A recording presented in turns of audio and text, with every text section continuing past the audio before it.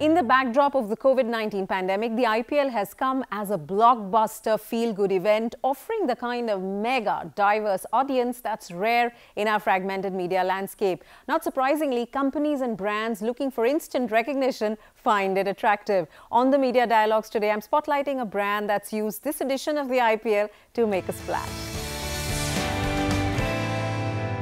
I'm sure you've seen these ads, iconic stars of the 80s and the 90s spoofing themselves. Well, they are for the fintech startup Cred that signed on as an IPL sponsor for 3 years. An app for credit card payments, as well as a loyalty program for its 3 million members, as well as a marketing platform.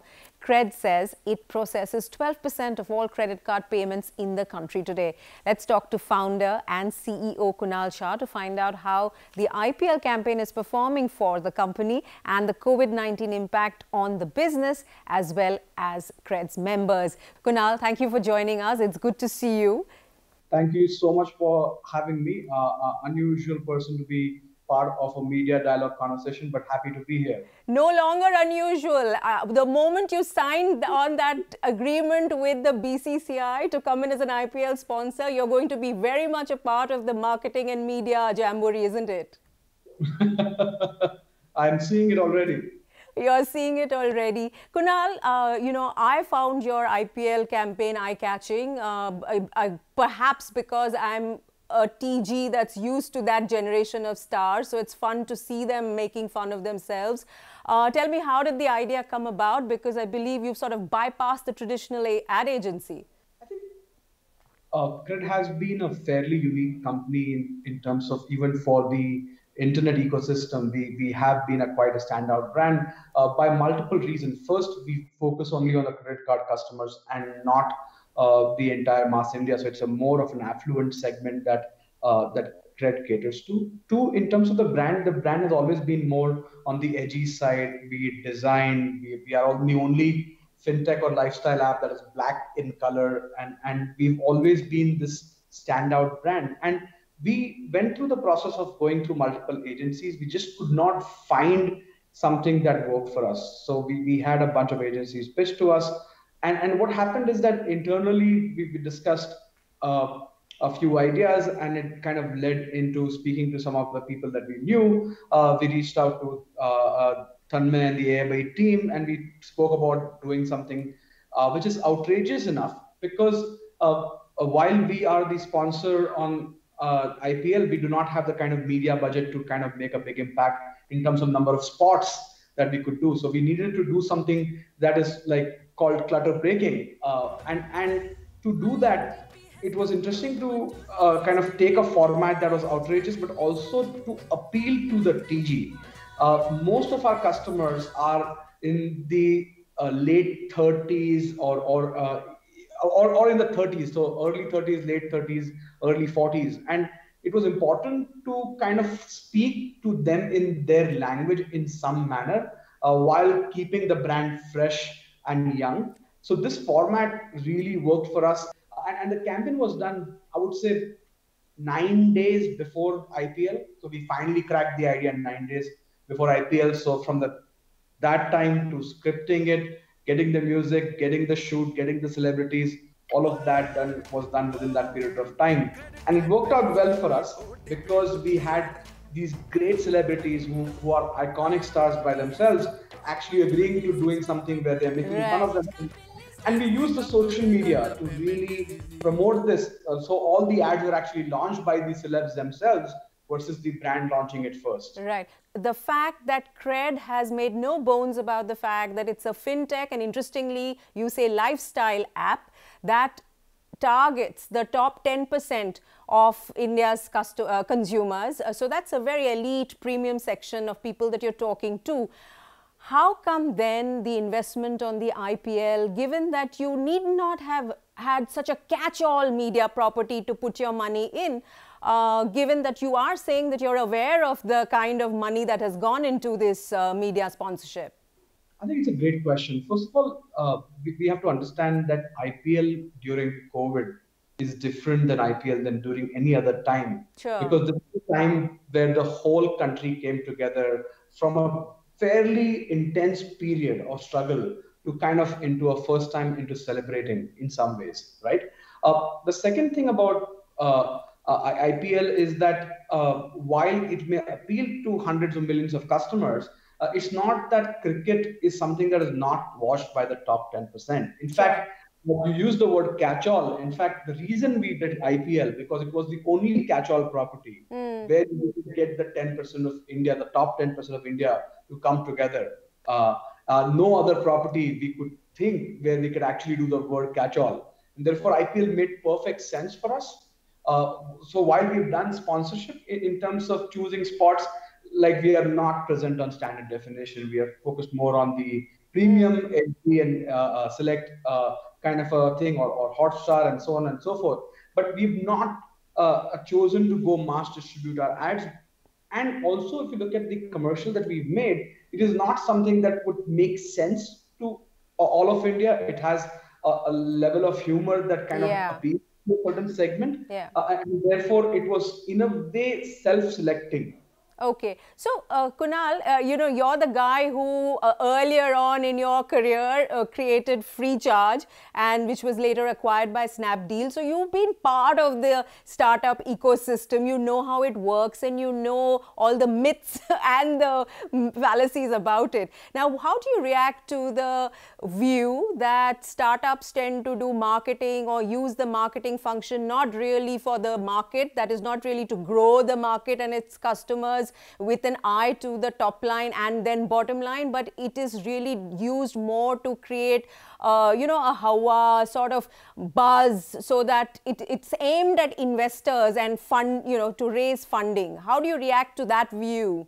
I think it's a fairly baseless view, because Freecharge did cricket advertisement in the year 2013. So I've been involved in doing TV for now 7, 8 years, and I have invested in probably 50, 60 startups, many of them who have been advertising on television. And in fact, television, fortunately, compared to many other countries, actually provides a huge growth trajectory to all the startups who come on television, especially cricket. Sure. Because it has the advantage of a certain segment of customers coming in and watching content. Otherwise, they are fragmented in OTTs and all of these other places where they are kind of spending their time. Yeah. But cricket is the only place which kind of brings all of these guys together.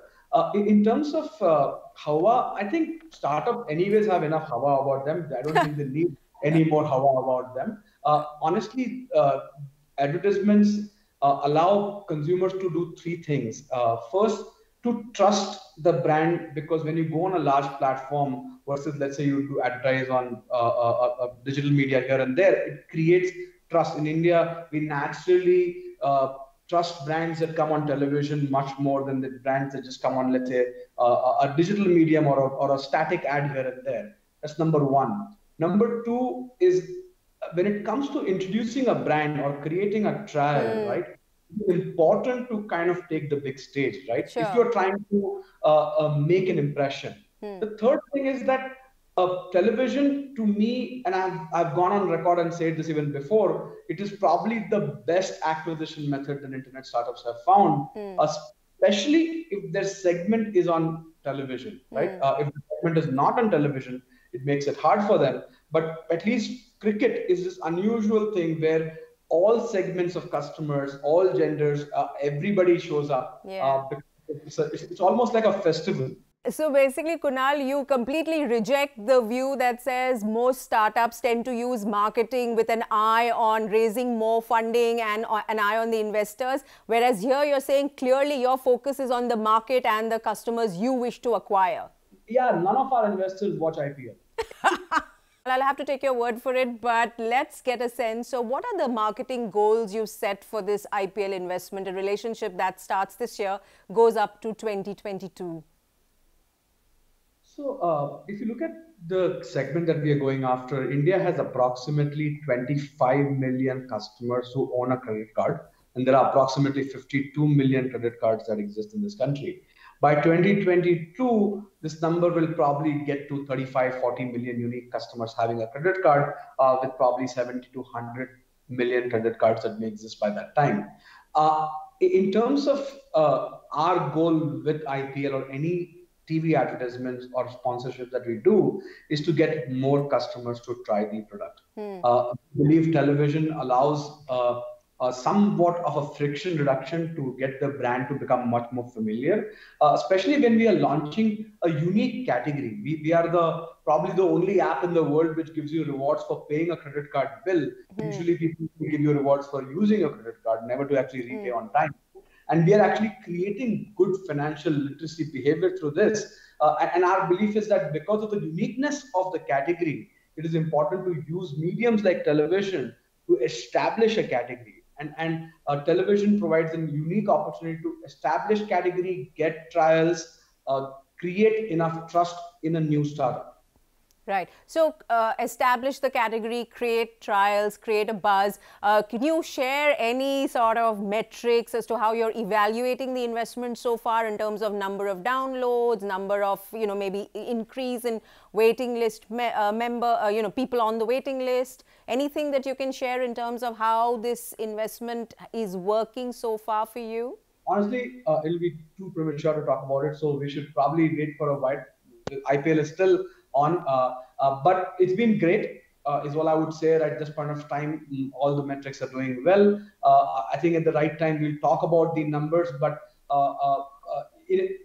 overall, from a decision perspective, we actually are very happy with the decision that we took, and chose to do IPL during COVID time, which actually made a lot of people pause to think if they should be investing money in this kind of time or not.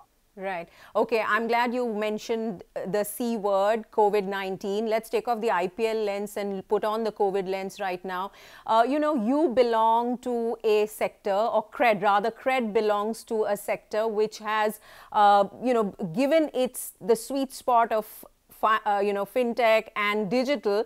It is a sector that has done better or has seen opportunities in the lockdown as opposed to other sectors, right? How has the COVID-19 experience in terms of the lockdown and people's behavior during the lockdown affected your business? What happened during COVID? COVID was this insane accelerator or catalyst of future. In many, many categories, a lot of things that were anyways about to happen happened a lot faster. We may not like change, just like every change, all humans' first reaction is to dislike it. But what is the real thing is that the entire nation went through this phase where we became insanely more efficient. Yes. And because we become insanely more efficient, many categories that had tech at the center of it are all well.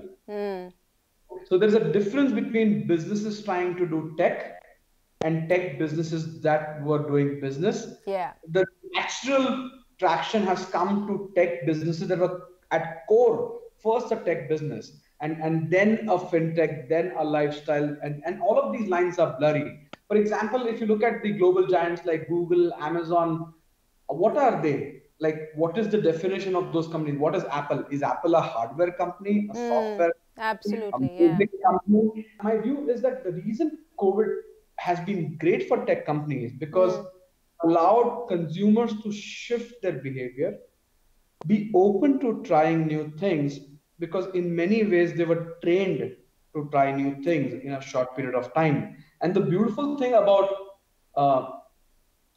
learning a more efficient behavior is that once you try it, it is almost irreversible. You're talking about your TG being in a demographic of 30 onwards, right? So 30 plus is the demographic that you're targeting.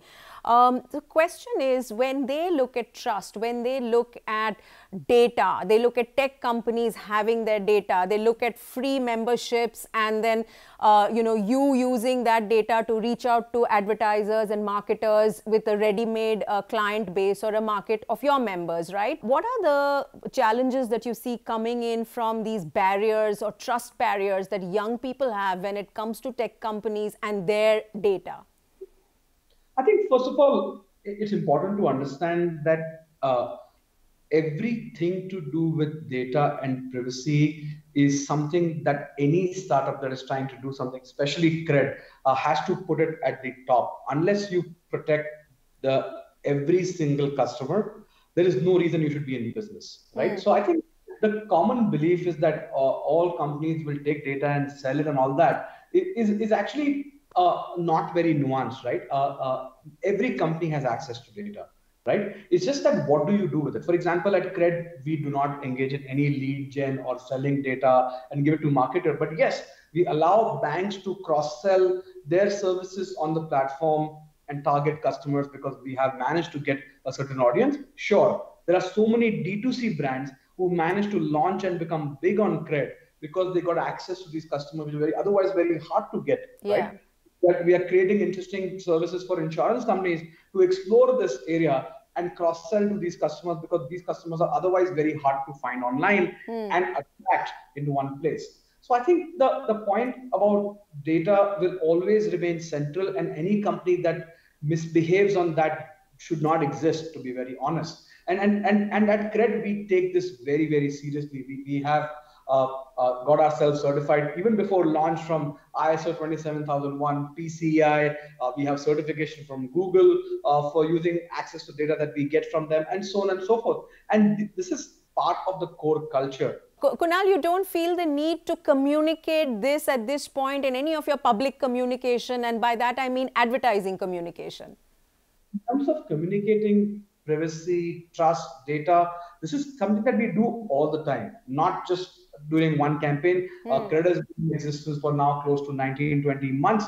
Actually, no, it's now 23 months that we've been in existence. And we have been constantly communicating that, constantly remind, we send an alert almost every month.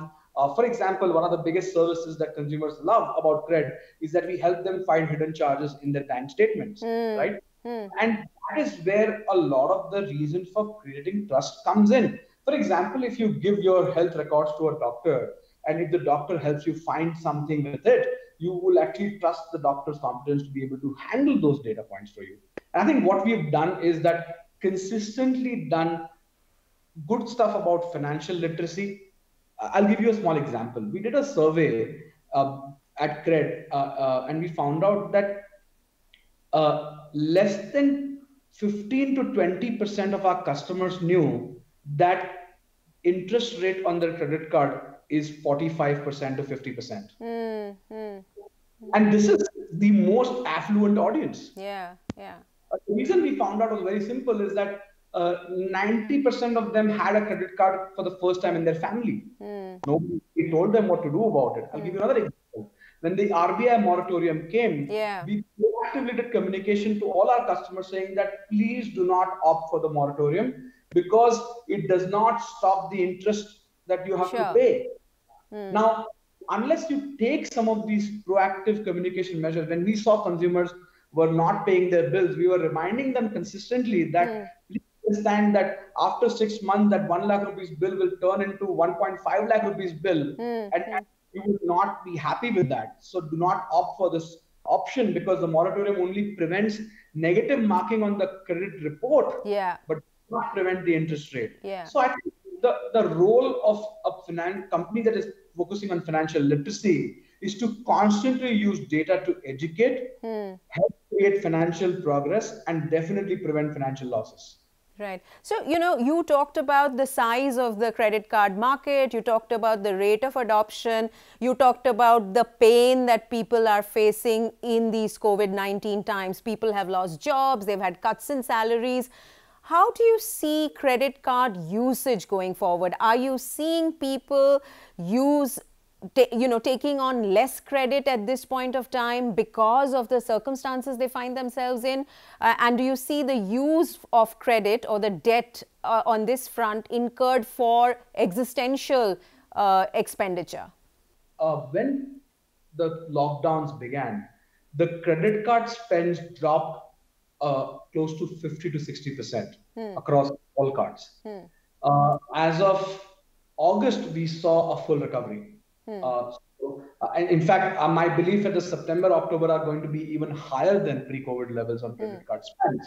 And the primary reason is that the affluent customers, which are the customers who have credit card, potentially saw lower job losses compared to the long tail market that is right now in India.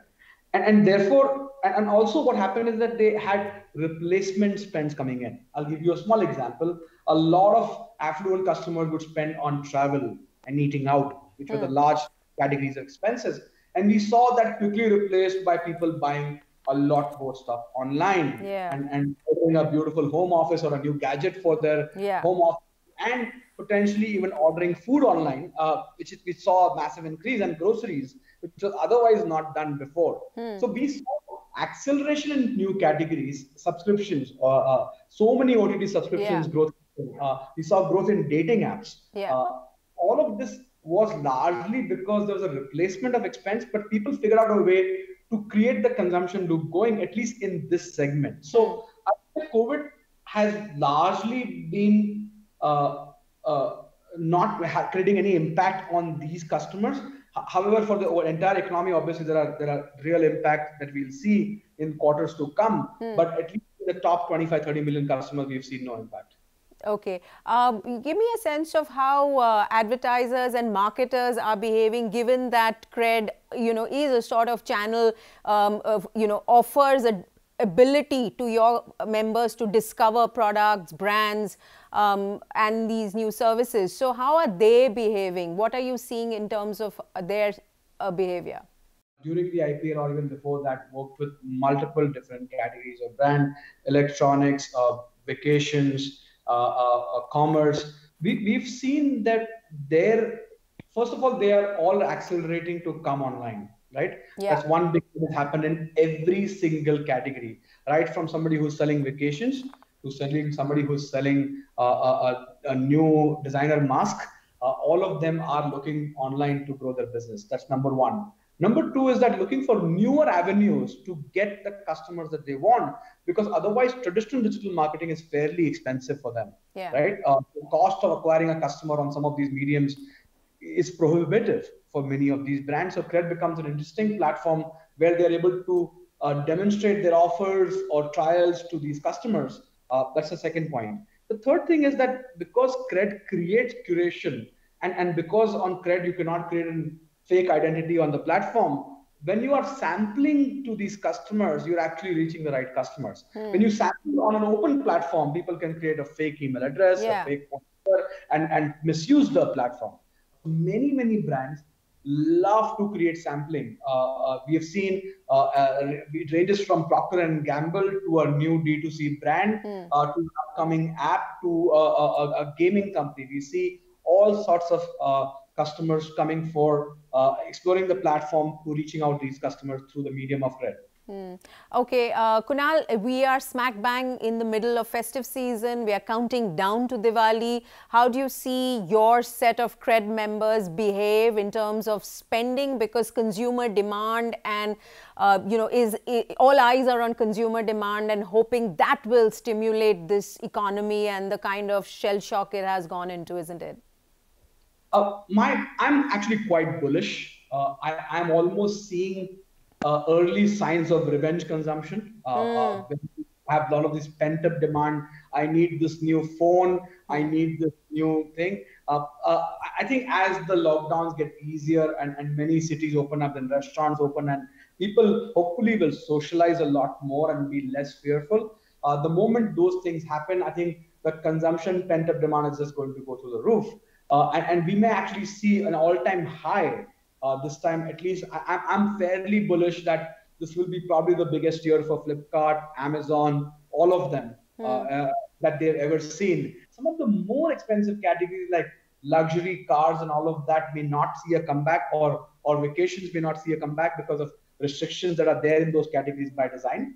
But otherwise, I see on an overall basis, the consumption will make a huge comeback. Okay. It's a good note to end this conversation on, Kunal. I hope your words come true. And good luck to you and the Cred team. Stay safe. And thank you for joining us. Thank you so much. Bye-bye. Thank you, Kunal. Thank you for joining us. Catch us again next week for another conversation on the Media Dialogues.